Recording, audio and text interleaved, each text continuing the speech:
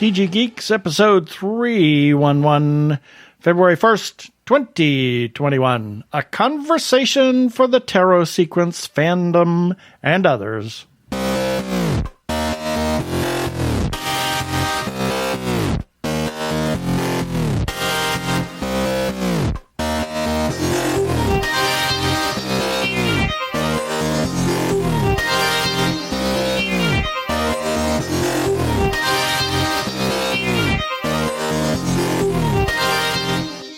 Hello and welcome to another webcast from tggeeks.com, where Ben and Keith, the Two Gay Geeks, talk about all aspects of geekdom and nerdery, sci-fi, comics, film, horror genre.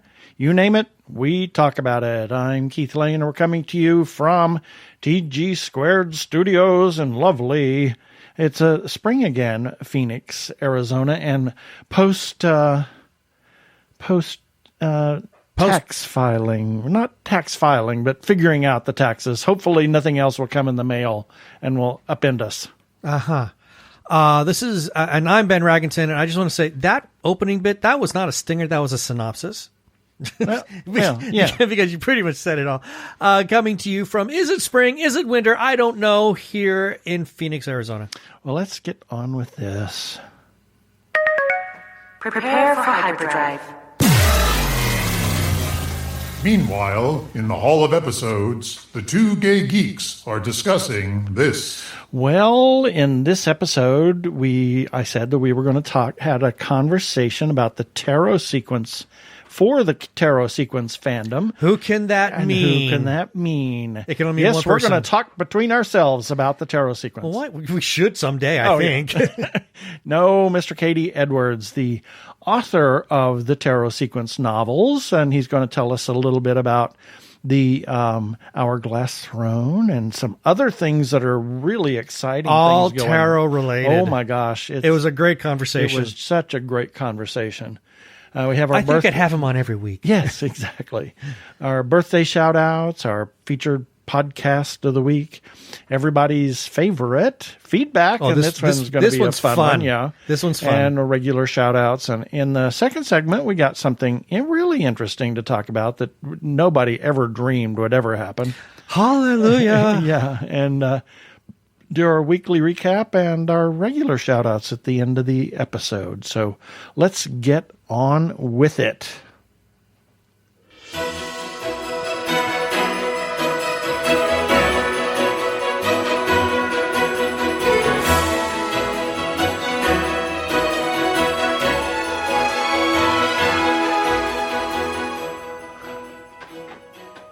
And we welcome back to our show Mr. Katie Edwards. He is the illustrious author and writer extraordinaire of the tarot sequence novels.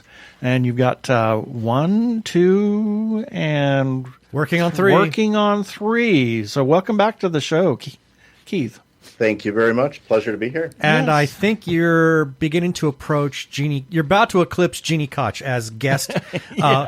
Most guest appearances on our show. Exactly. So you're working on book 3, and you have a title for that now, correct? I do. The HourGlass Throne. The HourGlass Throne. So just for those that have not listened to our show ever, go back and listen to the first interview. Yeah, exactly. Tell us just briefly about yourself, a real short, and then what has led up to this book number 3. Sure. I am, living in North Carolina right now, but I've lived in various parts of the country my entire life, starting in Massachusetts and going to Colorado, and I've been in Montana, and I've been in Washington State, and finally reached the point in my life where I was ready to commit to being a writer. And there's this series I've always had in my head about a reimagined modern-day Atlantis and sort of a found family that operates within it. And that is now called the Tarot Sequence. And I published The Last Son a few years ago. The second novel was called The Hangman, which came out, I think, February 2020, December 2019. and I am about half a chapter away from finishing the manuscript for book 3 right now, which has been pretty much the experience of my writing career, because it's meant to be, well, I want to do 9 novels in the series. They're broken up in 3 trilogies, so this is the climax of my first trilogy. So I'm really trying to go big. Yeah, so you have you're just days away, shall we say, hopefully, from turning that last edit process in. But there's some things that you kind of agonized over on this novel. Isn't that correct? There was definitely a lot that went into this novel that I agonized about. I mean, for the first part, I try to be really responsive to my readers and the reviews they leave, and they've taught me. I think one of the greatest experiences has been interacting with people who leave feedback and owning that feedback and seeing how can I make it a better series as I'm writing it. And I think it took the series I think when I started out, it was a little bit darker. It's taken the series in a direction filled with a lot more, I think, warmth and family moments, which I love. It's like developing the beating heart of the series. Right. But leading into the third book in particular was going to be the first time that I expanded the storyline to include other points of view. I was really excited about that because I've created this world, and while there's this main series within the world, I think there's a lot of other parts of it that I want to explore in book form. And I was going to include the point of views of some of my younger characters in book 3, specifically Max, Quinn, and Anna. Oh my God. Yeah, wow. It was a big thing. It was a big thing. The idea of exploring a chapter from Quinn's point of view boggles the mind. One sentence leads to another, leads to another, leads to another, leads to another. Yeah, and not in a very circuitous, I should say in a very circuitous manner. Yeah, I mean, and I've been really planning that for years, thinking about what it would be like to be in Quinn's head. How would his point of view be different from Max's and be different from Anna's? I really put quite a bit of work into it, but at the end of the day, there were, for the publishing company I use, they're pretty clear that about a certain page length I want to keep the books to.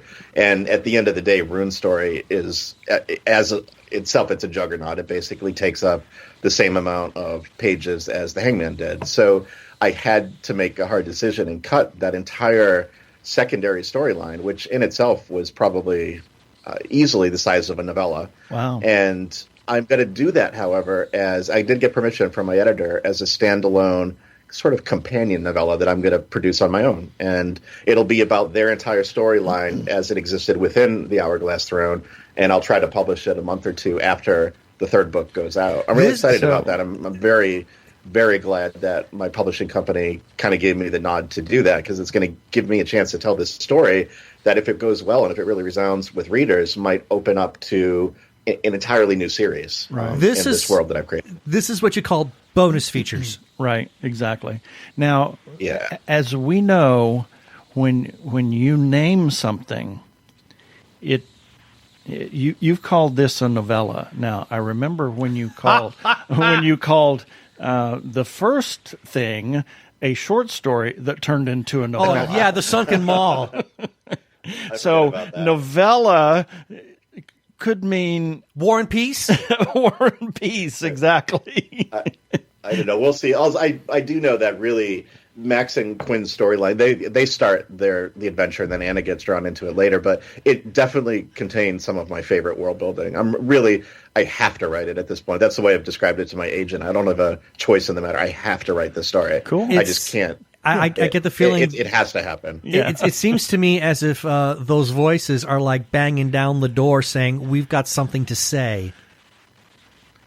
Well, yeah, I've always, especially one of my fondest dreams is to do, quote, the magical boarding school novel. I've always wanted to do one. I've been taking notes on it for easily 20 years. Wow. 20 years. I've got these thoughts of what it might be like. And one day I realized, well, I've always wanted to do this, and I've got a bunch of young kids in my series. And then the two ideas kind of dovetail together. And the next thing I know, I've started, brainstorming that. And as always, Rune, in his point of view, is always going to be the heart of my series. And God knows I have other storylines lined up into book 9.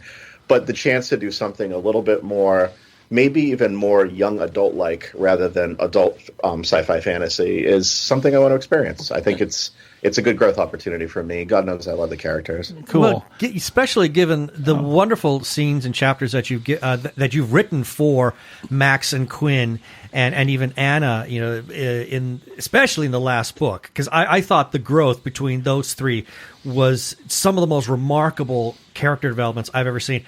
I think it would just be such a lovely, refreshing breath of fresh air. And we haven't really even scratched the surface on Anna. Oh, my God, no. I mean, you hit on her in the last book, but then the in between the holiday scenes and several other things, you've teased at more of her character and her potential. It just seems like it's ready to explode on its own. So she's my underdog. She's the one I really root for because, like I said, I make a point of reading.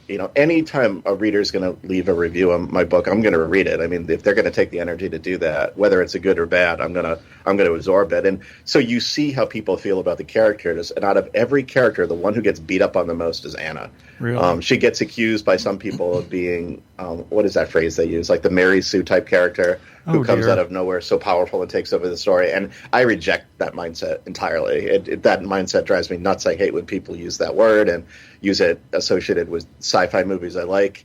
So she's my underdog. I am going to do amazing things with her just to show everyone that this is a character who has a lot of heart and a lot of opportunity. Right. So with that, you... I think that you have the potential of writing several novellas or companion novellas, especially that magical boarding school, shall we say. And since somebody got involved in the school, it's like, holy cow, how did that happen? Well, I'm sure Keith is asking that same question. How on the earth did this happen? He just took over. One of the fun things is that when I know a lot of time goes by between my novels, and I want to give the reader something else in between. And I enjoy writing what I call these mini scenes. And eventually they kind of snowball and they become something a little bit longer. I just started doing the holiday scenes, which I still want to finish with a really big closer. But one of them, as we're talking about, was Ciaran, one of the characters. And he's incredibly flamboyant, incredibly powerful. And he always seems to have the perfect one-liners. And to dovetail him into the series as well, that just opened up a whole nother line of humor. And I'm really excited about that. And also excited about writing from Ciaran's point of view occasionally, too, because the short story I did with him was probably one of my favorite things I've ever done. Right. And we should point out to our listeners that, and I think this came about as, I don't know if this is something that you posted on Twitter or if this was just a private conversation that you and I were having, but you had not originally intended for Ciaran to take on this new role, shall we say, at Magnus? No, that just came out of nowhere. Originally, the scene was from the perspective of Rune. He was going to be the one who went to Magnus Academy and stood up for the kids. But then I decided to put Ciaran in it, and I had no idea how much fun I was going to have in that man's head. And then he just ran away with the story. From his, I will definitely be writing from his perspective again because I had a blast doing it. Yeah. Clearly, Ciaran took over and said, "Oh no, this is my show, darling." Exactly. I'm writing this part of the story. And so one thing that we have to touch on before we get to the really interesting part, you are currently under contract for the book 4, which yes, obviously doesn't have a name yet. So no, we'll wait for that. Really at the point where I'm starting to outline it too. I can't believe I am literally at the point where I'm outlining my 4th book. It's amazing. Just would have never thought I'd be at this point. I remember the beginning of this train. Yeah, how does that feel to you as an author? I mean, to take a step back, out of your own world, out of your own head, and just look at what has transpired from an objective standpoint. How does it feel to look at yourself and say, I am doing the outline for my 4th novel?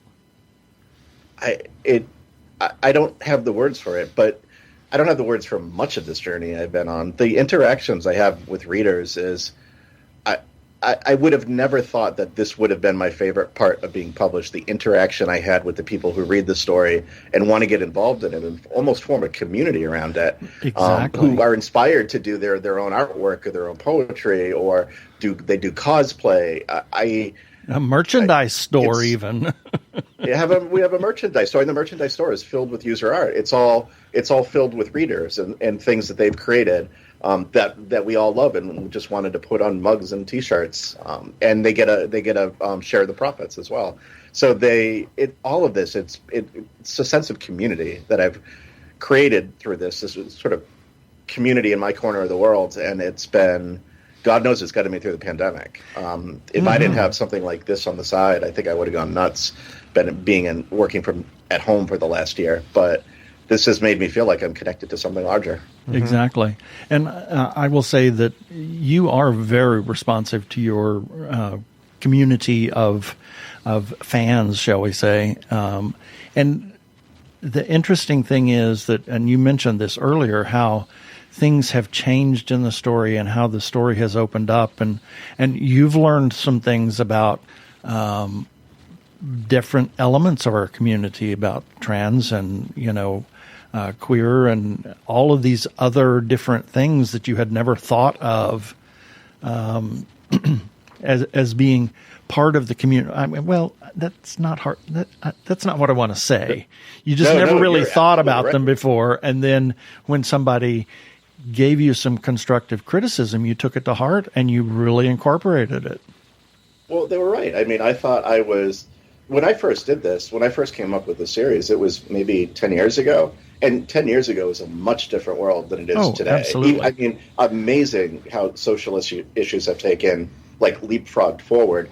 But I thought I was Mr. Diversity because I got this novel with all these gay men in it. And come to find out that I barely scratched the surface of what that community means. And that's been my learning experience. Bringing in a character who uses they, them pronouns, Lane, has been a joy and is a challenge for me, too. And I try to address that in the writing, about learning new things and seeing the world through different perspectives and stumbling in the beginning when it becomes difficult even to remember the right pronouns. I want to be honest about that and show my journey as well, but also the reward of it is the creation of these really rich characters. Exactly. So, like I said, the readers have given me the signposts for how to be a better writer, and I've jumped at that chance. I hope I have, at least. And I think that's great that you've listened to your fan community, and that's great.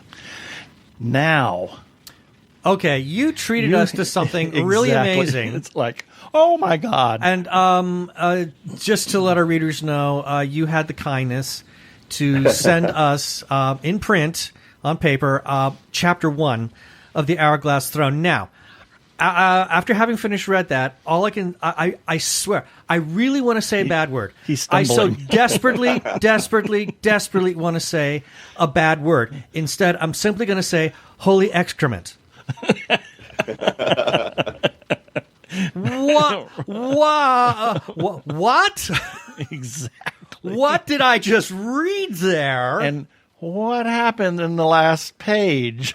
It's like, I'm what? really excited that you like it. I'm excited. You're one of the first people outside a very small group of people to read that at this point. Because I remember before, early on when you did The Hangman, you sent us Chapter 1s on that, and Keith and I just devoured those. We finished those at the same time. I mean, this was on paper, and it even has little notes in there, which I thought was really charming. To yourself, yes. I found that very charming. Finished that, and Keith and I talked about it, and we're like, this is unlike anything I've ever read before. For one, it's big. Right. That is the biggest Chapter 1 I've ever read. That is my opening action sequence. I always start a novel with what I call my opening action sequence. That is more than an opening action sequence. That's a whole story. This is a story in of itself. I mean, as I'm reading it, I was immediately taken back to some of my favorite moments in The Hangman. I mean, the way you were able to paint an image using words is you're absolutely superb at it. I could visualize this as I was going through, and the sense of horror that it created. I mean, you're really dipping your toe into the horror genre a lot more now. I try to have at least one chapter or two chapter arc that is a little bit more. Well, one of the things people said about my first book is there are too many fight sequences. And one of the things I learned as a writer, I kind of came to my own conclusion, is that action sequence doesn't always mean fight. It can be a thrill. It can be fear. It can be being somewhere you're not supposed to be. And even if there's no fight at the end of that, it can be incredibly engaging for a reader and it feel like an action sequence. And I think I did that a little bit in The Hangman with the battleship chapters I had. And these were my battleship chapters for this novel. It was fantastic. I was absolutely riveted throughout the entire bit. Yeah. And it was horrifying. It was interesting that Rune was called upon and that they chose to leave somebody at home who had experience with this situation, and then all of a sudden here somebody else shows up, a big time character, and is overwhelmed, and you think, holy criminy, what are we dealing with? Exactly. This is either old or very dark magic or something here that's at play.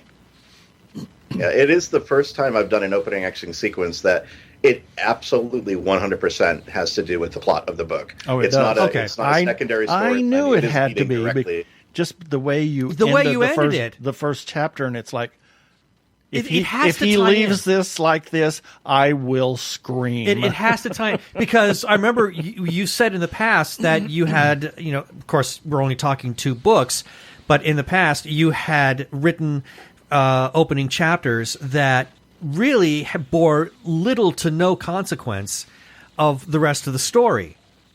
But as I read this, I thought, there is no way that you can treat this as just a little side adventure. This has got to be a major point to the overall plot. Yeah, this is not a done and done. Oh, hell no.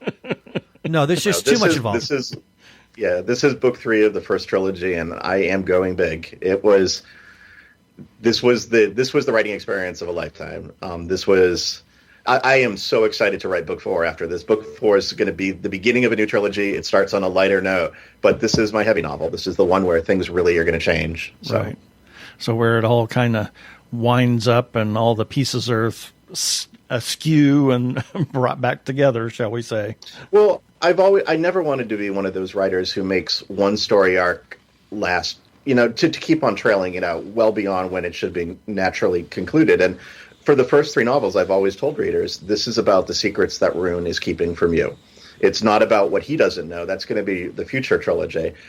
This is about the things that Rune deliberately is keeping from the reader, that I'm deliberately being evasive about. And those secrets come out in this novel. And dealing with that is, I'm worried, because I have readers who there's a Discord channel where they pull apart all my hints and they try to guess what it's about. And they have like a list of worst case scenarios of what Rune might be hiding. And I try not to read it, but I've heard a couple of them, and they're really smart, these people. They're really creative. So still trying to find a way to shock them. And I think I did. Because I have 3 beta readers who are readers as well. And I think I shocked them with at least one element of it. I will say it was a challenge. One of the things that, clearly I'm very excited about this because, and I've gone on record saying this, multiple times, The Hanged Man is to date the best book I've ever read in my entire life. I mean, you terrified me, you made me cry, you made me cheer, you made me laugh. I mean, it was such a spectrum of emotions that I felt reading that. And as I followed your progress on Twitter, I mean, you talked about certain moments.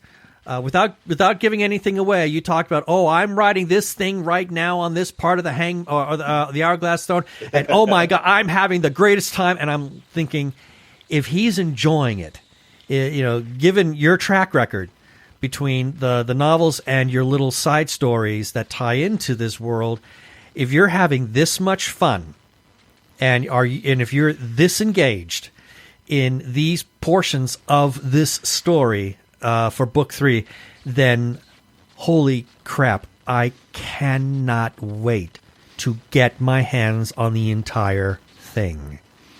Yeah, Exactly. so pretty much one of the biggest joys of being a writer is when you're actually enjoying what you're writing at the same time as you're writing it. It doesn't always happen that way, especially if you're an outliner, so you know more or less what's going to happen at every scene. But when it does happen at the same time, it's, I don't know, it's like mainlining adrenaline. It's like mainlining caffeine and jet fuel. It's just the biggest, greatest feeling in the world when you're truly invested in it. Yeah, I was going to ask you about that. I mean, is there some sort of cathartic feeling?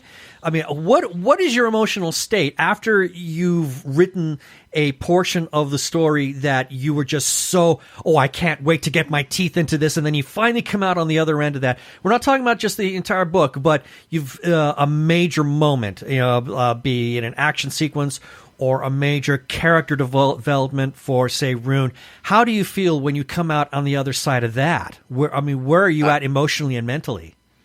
Well, that's where I am right now. Literally, exactly this exact second of this exact day of this year, I am writing the final chapter as we speak, and things happen in the final chapter, and I base my entire weekend around it. My entire weekend of just dealing with the aftermath of the writing sessions. Do I have enough snack food in my house? Do I have ice cream? Do I have enough coffee? Do I have, everything that is involved in the writing process is the only thing that took priority for this weekend. And readers, we're talking about stress eating now. Yeah, bags and bags of M&Ms. And there will be gin and tonic at the end of it as well. So there'll be some stress cocktails as well. And then, of course, I have to go back to at least a variation of my always favorite question. Whenever I ask authors, I'm not going to say the exact the same thing as with you because of all the conversations we've had, but has there been, and we hinted on this earlier with Sierra, during this process, even though you were an incredibly strong outliner, did it take any little side turns because a character started whispering into your head, "Oh no, I would say this"? Uh-oh. Well, I'll say two things. One, it was actually a beta reader who said something that changed a critical thing that happens in this novel, and I'm not going to talk any more about that until the novel's out. But I will go back and talk about it someday, which I never would have thought I would have changed, but I did. But as for the characters themselves, yes, one thing does happen, which wasn't supposed to happen until book 4 or book 5, that I think if readers really care about these characters, especially about romantic implications, they're going to be screaming. I'm pretty sure they are. Ooh, and I'm really excited. Interesting. Wow. Yeah, that's the one thing that always surprises me, is that when the characters take over the moment and decide to do something important in their own life. I didn't plan on Rune taking the throne in book 2. That came out of nowhere. So every now and then, one of them does take, like, what was supposed to happen a book later, they've decided, no, it's going to happen now. How does that feel to you as a writer when that happens? It proves to me that in having an outline doesn't mean, like, you're following the same trails. It doesn't mean it's cut in stone. It doesn't mean there's no joy or excitement left in finding new elements of the story. Even with an outline, the way I build it, I have room to pivot if I need to. Because I have, for instance, Rune taking the throne, while that might have happened too soon, I've got notes planned out for all 9 books, so I know what happens when he does that. It's just that the notes previously were planned for a book in the future, but now I can just bring them forward. So for me, it doesn't ruin my outline. If anything, it just means I have to scramble a bit and shuffle things around. Yeah. Okay. Well, this has been really great. As always, it's been great, and I know we'll be talking a heck of a lot more, but we're running out of time for the show. So, how can people learn more about you? And if they want to track you, follow you and track your progress, how can they do that? Yeah, not stalk. Not stalk. Sure, track. Twitter is definitely going to be the most common things people can find me on. It's at KD_Edwards_NC. Also, I have a website, kd-edwards.com. And I would say, and also if you follow my Goodreads profile, I always try to link or put blog posts there whenever I have a new story or free novella. Cool. I just have to leave it with this. I love Corby. Well, I'm glad because he had some good moments in the next one. I'm glad about that. All right. Well, thank you so much for being with us. Okay. Thank you, guys. It's always a pleasure. This is Mark Biaggi, and you're listening to the Two Gay Geeks webcast.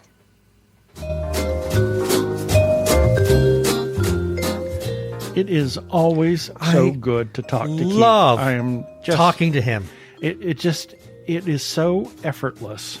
Yeah. And, and he said the same thing about He said us. about, afterwards, it was very kind of him. Yeah. So that is what we know about the terror So sequence far. Hopefully it will be soon. Oh, please. I hope it's soon. Yep. And let's see. Here's a few selected birthdays for February 1st, 2021 through February the 7th, 2021. February 1st, BB Besh. I adore her, and I know I share this story every year, but it's always worth sharing. She was doing a Creation Con tour. This was actually it was pre-Star Trek 3, and she was going about talking. She had just filmed the TV movie, The Day After. I think that's what it's called, and it's about an accidental nuclear holocaust. And I saw her. She was getting ready to do a panel, and I approached her, and she was with her daughter, who was just as equally beautiful. And I said, "Would you mind if at some point I get a picture with you?" And she said, "Come down to my autograph table tomorrow, and we will do it." So I did, and I had my 18-foot long Doctor Who scarf that I was wearing, and my turn came up. I sat down next to her at the table, and she grabbed the other end of my very long scarf and wrapped it around her. Oh, cool. And there I am. Her daughter took the photo. She's smiling, and I've just got this biggest stupid grin on my face because I'm geeking out at having this photo with BB Besh. It was absolutely delightful. Yeah. She was also in Steel Magnolias, Tremors, obviously Star Trek, Wrath of Khan. Oh, yeah. And a bunch of TV movies and shows. The Day After Tomorrow. I think that's Yep. what it was called. And Can't remember. She was born in Vienna. Vienna. Yeah. Really? Yeah, interesting. Wow, far out. Bill Mooney, actor, Danger, Will Robinson. Yeah, exactly. Where is it?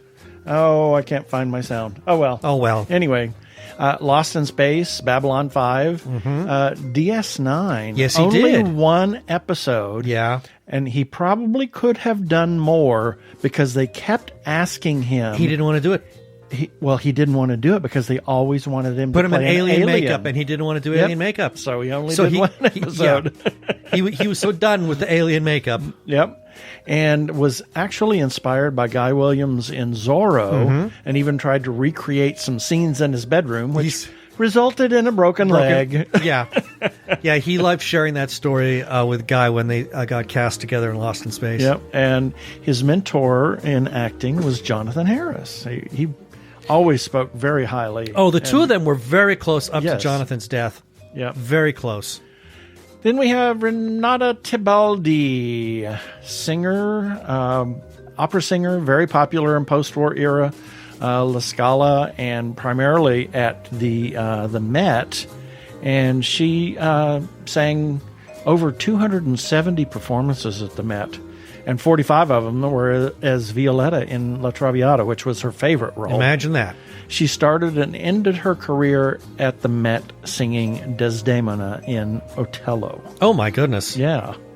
So I could see a person maybe ending their career singing Desdemona, but to start your career singing that part? yeah. Wow. But she'd been singing for quite a while. But at the before. Met, I Yeah, mean, that is a hefty part to play. exactly.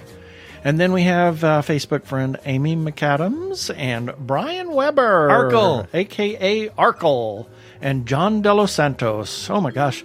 John is such a talented man. Yes, he just is. Incredible. I just love the John. guy. February 2nd, Brent Spiner, actor most known for Star Trek Next Generation and the movies as Data. And he was also in Warehouse 13, played a part there. Yep. And played 5 different members of the Soong family in various That's right, he did. iterations of Star Trek. And played John Adams in a Broadway revival of 1776. Oh, that would have been fascinating. Yeah. He got his break doing the TV comedy Night Court. Yep. That was his big break, yep. And he was actually considered for the Master in the Paul McGann Doctor Who movie.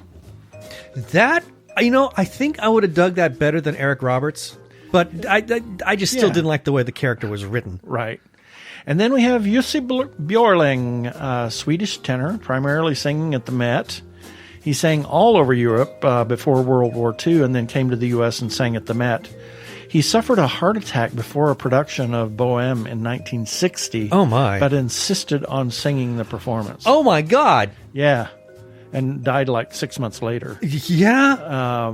But he died 30 years to the day of his official operatic debut. Oh, my goodness. Yeah. Fascinating. And then we have former classmate of mine, Teresa Davis, and a good friend of ours, Gary Lindros, and very good friend, Lenore Swisslow. Happy birthday, Lenore. February 3rd, Warwick Davis, actor, Willow, Star Wars, Return of the Jedi, Harry Potter. Usually in some kind of makeup. Yep. But I think that's why I liked Willow so much, because he was out of makeup, and we Right. actually got to see him act. Yep. And I enjoyed that a great deal. Yeah. He actually had a collection of Star Wars action figures, and he was such a fan of Star Wars. Huge fan. His grandmother heard an advertisement. It was on it was the a, it was radio. an audition call. Yeah. And they just wanted small people to play Ewoks. Yep.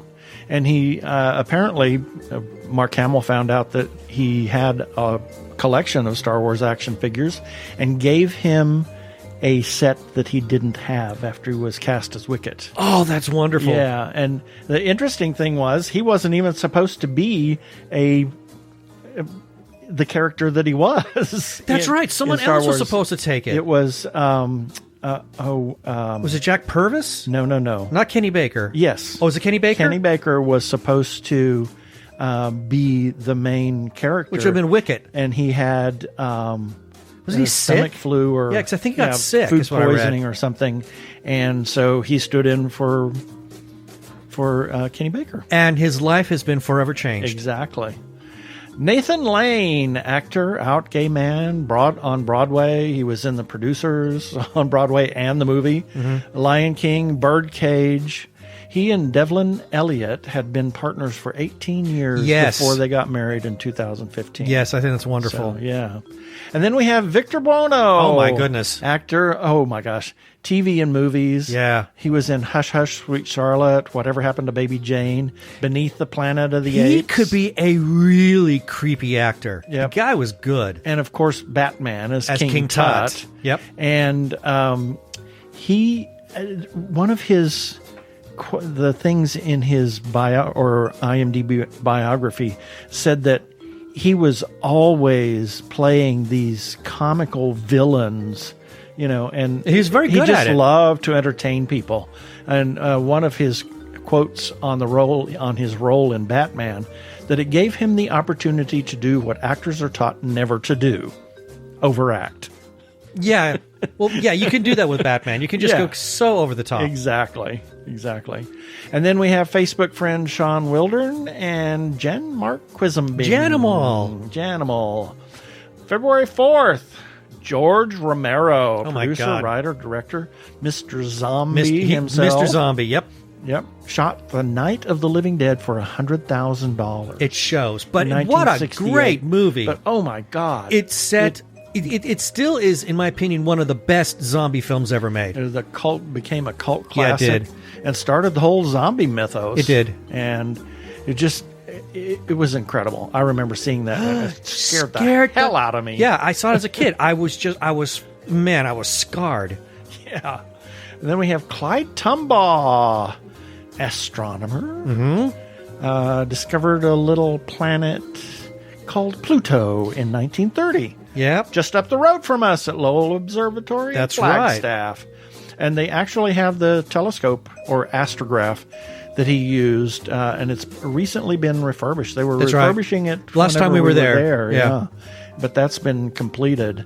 And then, of course, Pluto's, it's a planet. It's not a planet. It's a planet. It's not a planet. Is it a It's planet? I don't know. I don't know what it is. I don't know what it anymore. is anymore, because I heard I read a news item the other day. Well, not the other day, but a couple of months ago, that apparently it's been, or people were petitioning to get it to be a planet again. I don't know. Oh, for heaven's sake! sake. It needs to be a planet. It's a planet. It's Planet X. Yes. Yes. Rosa Parks, civil rights activist. Interesting to note that the bus driver in her 1955 refusal to give up her seat was the same driver that had in 1943 left her in the rain. Oh. She had entered the bus from the front because it was raining, and he told her to get off and enter from the rear, which was the... That's where... Yeah, it was the law at that time. And once she exited, he drove off. Oh, what a nice guy. Oh, yeah. Well, he was... Yeah. And she lived to the age of 92 and received the Presidential Medal of Freedom in 1996. Then we have Facebook friend Patrick Thomas Sexton and Jack Evans. February 5th, H.R. Giger. How do you... Giger, I think. Giger. Artist, art department for Alien, and actually some of his creations seen later in films were originally part of the artwork for Jodorowsky's Dune. Yeah. That they worked on. Oh my gosh, it was this crazy enclave that they all lived together, worked together. I still want that movie to be made. Yep. And if you want to see more of his artwork and how it played into Dune and how some of the concept art for that actually fit into the current, the David Lynch and or Alan Smithy Dune, as well as Alien, check out the film by Steven Scarlatta. It's called Jodorowsky's Dune. It is unbelievably fascinating. It really is. It's truly fascinating. Then we have William S. Burroughs, author, counterculture icon, if you will. He wrote numerous novels from the perspective of a heroin junkie, as well as had many characters that were gay. Some of his work was autobiographical in nature. A couple of his works were Junkie, Queer, and Naked Love. February 6th, Thurl Ravenscroft. It's great. Yes. He was the most notable for Tony the Tiger of Frosted Flakes fame, and was a staple of Disney voiceover characters. Oh my gosh. He was in virtually all of the films from Pinocchio on, at least as some character. Yeah. A singer in How the Grinch Stole Christmas, and is one of the grim grinning ghost singers, one of the heads in the Haunted Mansion, and he's Tongaroa. That's right. The father of all gods and goddesses. The Tiki I stand Room. before you as in this enchanted forest as a mighty tree. Stand back. The Tiki Room, people. Yes. Go if you're ever at Disneyland, go to the Tiki Room. Yes. And he's the last of the Tiki gods to show up before you go into the showroom. Yep. And Rip Torn, actor, definitely a working actor. Oh my gosh, he was in everything from like 1957 up until he died. He was Men in Black is the biggest one, as Zed that I know of anyway, and helped his first cousin Sissy Spacek into acting by seeing that she was accepted into a prestigious acting studio. Wow, very nice. I Yeah, didn't know that. Yeah. Then we have a friend of ours, Christian Hodko, and Lou DeLucy. Happy birthday, Lou. February 7th, Eddie Izzard, stand-up comedian and actress, came out as a transvestite in 1985, but in 2020 fully accepted that she prefers the pronouns she and her and identifies as gender fluid. Good for her. Charles Dickens, writer, regarded as one of the greatest novelists of the Victorian era. Wrote Oliver Twist, Tale of Two Cities, David Copperfield. Great. You were really going to butcher that title there. I could tell where he was going. Great Expectations, which actually I have a fascination for that book. I don't know why. And I reread it on my very first iPhone. That little tiny, I remember you doing tiny screen. It was what a mess. And of course you wrote were Christmas like, Carol. this is so wonderful to read. Yeah. And spurred the creation of the term Dickensian. Yes. And I quote an article that refers to the poor social conditions or comically repulsive characters. I thought that was rather interesting. And then we finish off with the Facebook friends Dan Charette and our wonderful Lee Massey, friend of ours. Happy birthday. Happy birthday, Lee. And that's it for the birthdays this time.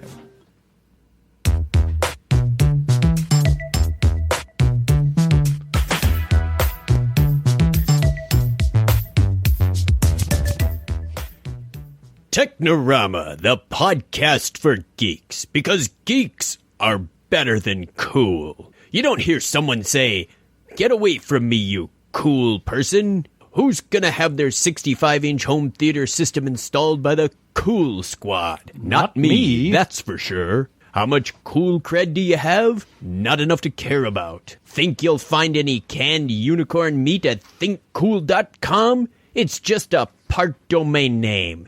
They don't even have roadkill in a paper cup. That's why you need to start listening to Technorama, because that's what geeks do. Go to chuckchat.com and listen to Technorama before you turn cool.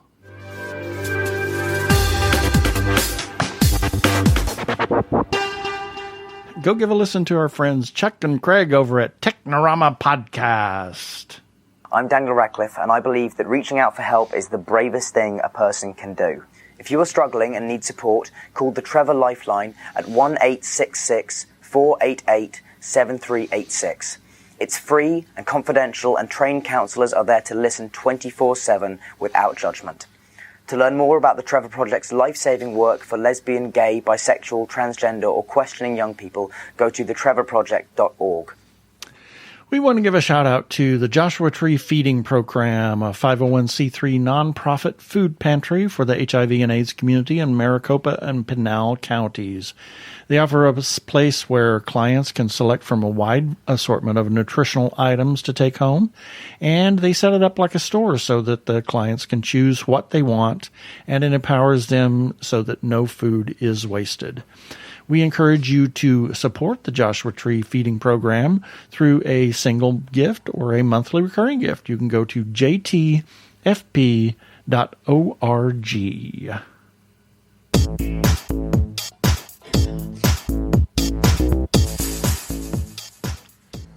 And now it's time for our feedback, and each of the articles that generated this feedback will be featured in the show notes for this episode number 311 at our website at tggeeks.com. Starting with, regarding Andrea's holiday angle, I insist that Die Hard is a Christmas movie.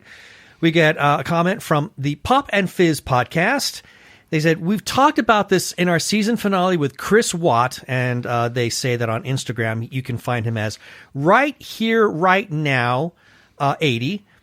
It's talked about it with Chris Watt and Chris White. And the rule that we came up with was, does the story have to happen at Christmas? In other words, if it was set at any other time, would it still work? You know, I think that's a really good criteria. Yeah. And the consensus was that Die Hard could have been set at any time of the year. The party did not have to be a Christmas party. Therefore, it's not a Christmas movie. How dare you? Okay, Andrea, Hamish, you two go at it, and I'll just sit back watching eating some popcorn. And then they went on to say that Like a Star is Born is a movie about music, not a musical. But in practice, so many people watch it at Christmas that it really is a Christmas movie. Okay, so what do you say? We always say that if it happens at Christmas or is loosely related to Christmas, we include Make it in a Christmas our film. Christmas watching. And I put it this way, you know, they sing "Let It Snow, Let It Snow, Let It Snow." I think in the closing credits. So hey, it's Christmas. Then moving on, regarding TG Geeks episode number 306. Now this one's kind of funny. As part of our little promotional, well, not promotional, but our little banner artwork that we did promoting that episode, Keith attached a graphic of our sign that his sister made. Yes. TG Geeks on the air kind of thing. And Hamish loves that. He wrote, I love that sign. Moving on. Yeah, moving on. Regarding Hamish Downey's 5 questions with Janique Spidsbowl, And again, now total derailing. These comments have nothing to do with that. We got a comment from Eric Alexander who said, "Hey, heard you two are film producers now. Go Team Staycation." And Hamish came to our defense. I guess he came to our support and said they've produced a couple of films, I believe. Yes, we have. Then We've given them money, in other words. Shh. Don't say that. Then regarding Ben's breakdown, is Wonder Woman 1984 a wonderful sequel? Got a comment from Darren Reynolds, who simply said, very mixed reviews, and that is true. Then Hamish Downey followed up saying, I know Adam J. Yeend worked hard on it. I want to check it out. And then Adam had to come in and clarify. He says, I worked on the release side of it, getting it on iTunes, etc. On top of film credits for a movie, you can probably add another several hundred who worked on a film from its marketing, distribution, and home entertainment release who don't get credit, just a paycheck. Yeah. And I think you said something like, well, it's better than a kick in the rubber parts or something like that. Exactly. Now for the fun part. Regarding, and this is a review that Keith wrote. Yes. Rudolph versus the bigots and bullies of Christmas Town. In other words, this is Rudolph the Red-Nosed Reindeer. Got a comment from Jeannie Koch. She said, versus the bullies is so right on. We watched this every year, and every year I would think, but never ask out loud, why Rudolph was being persecuted for something he had no control over. As I grew up, I realized that the lesson was one others have mentioned before.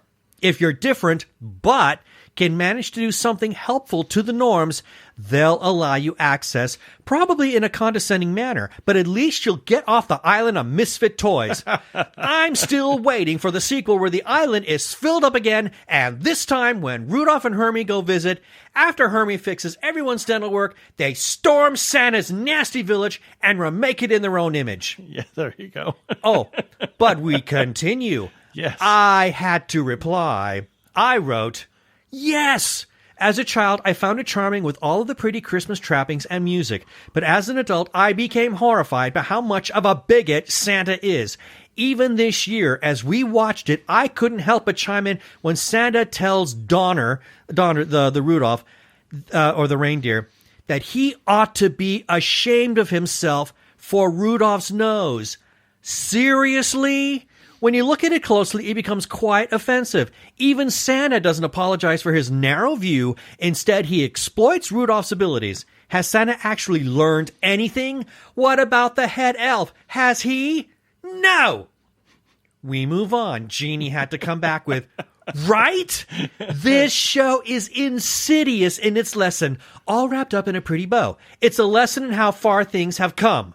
Thankfully, you could not get this made in this way today. Exactly. But let us end this review of Rudolph on a happy note from Dottie Crone. She says, thank you, Keith. Never miss this one. Must watch on TV on my old DVD.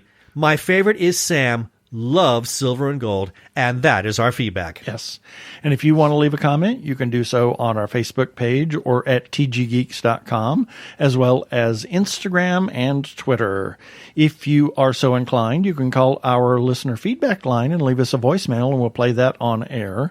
Call 469-TG-GEEKS. That is 469-844-3357. And as always, please play nice.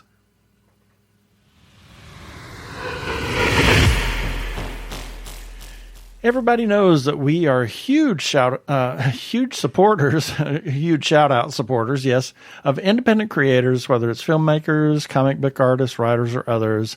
Please consider going to their Etsy pages, Facebook pages, web pages, Twitter, Instagram, etc. Chat them up, tell other people about them, look at their artwork, buy their stuff. Please consider supporting independent creators. If you are trans or are questioning your gender identity, and if you are in crisis or are feeling isolated and need someone to talk to, or you know of someone in a similar situation, there is a special hotline just for you.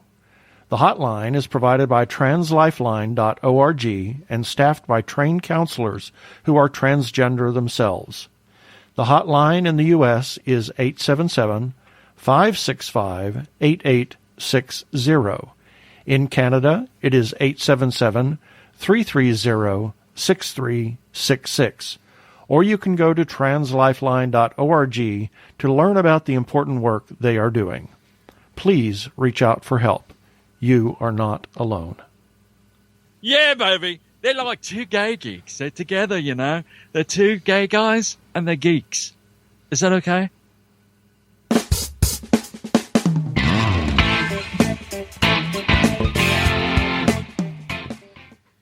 We got to do this one fast because we're running out of time. Yeah. Wow. Babylon 5 on HBO Max. Remastered. Holy smokes. Oh, my gosh. What an incredible treat that is. It looks spectacular. We took a look at some of the battle scenes from Severed Dreams. That was a recommendation that Lee Whiteside gave on social media. That's where we went, because that's where he first went. And I thought, that's a pretty good FX-heavy scene. Went there, and my jaw just hit the floor. In fact, I thought the visual effects looked better than the remastered remastered footage of the actors in their studio scenes. I thought the effects looked even crispier. Crispier. Yes, crispier. Crisper. Crisper. But I think Babylon 5 looks absolutely fantastic. Well, they were crispier, too. They were crispier, yeah. Yummy. Babylon 5 looks absolutely gorgeous. I can't wait for us to, we started a rewatch on that. Yeah. We just finished, we've seen the pilot, and we saw the first episode now. And I look forward to seeing how beautiful this series looks as we continue on. Exactly.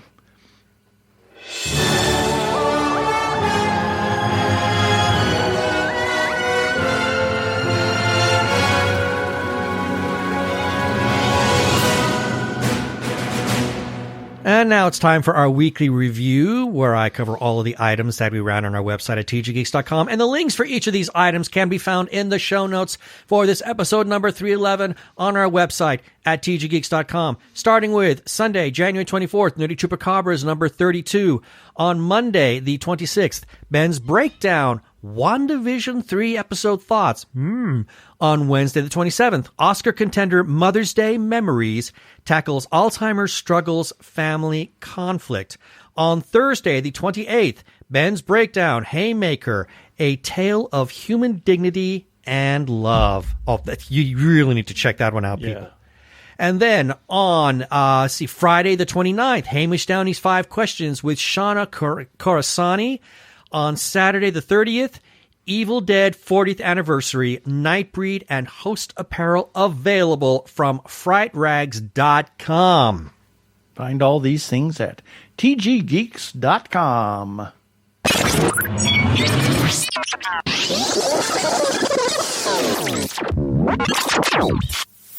Have a couple of shout-outs that we need to make. First, to the Arkle Times Post-Dispatch News. You can follow or find it by following the human Arkle, Brian Weber. Happy birthday, Brian. And all you have to do is go to Twitter and search for Arkle, at ARKLE. And while you're doing that, give him some more birthday love by going to Arkle Studios on YouTube. Brian has a number of projects there. His Shameless Cash Grab series, his Rants vs. Zombie series, which has officially ended, but you can still listen to all the past episodes there, as well as his game videos of Trick and Treat and Star Trek Online. We must also give some shout-outs to a couple of Facebook groups for allowing us to post our episodes and relevant articles on their pages.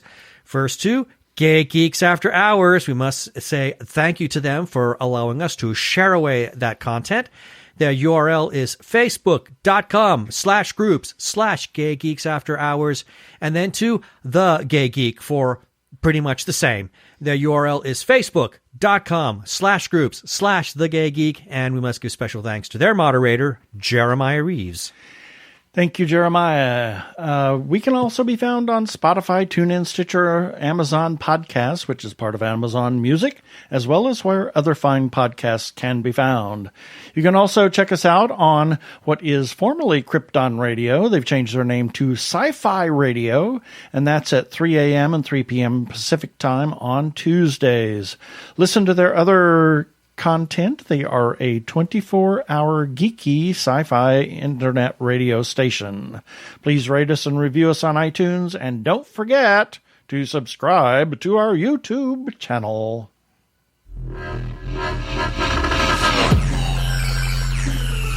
And that should do it for this episode of TG Geeks Webcast. Be sure to check out the article for this webcast episode. We'll have the links, as Ben was talking about, on that page. And remember, you can comment on our Facebook page or our website, tggeeks.com. Or you can leave us a voicemail at 469-TG-GEEKS. That is 469-844-3357. From TG Squared Studios, I'm Keith Lane. Thanks for listening.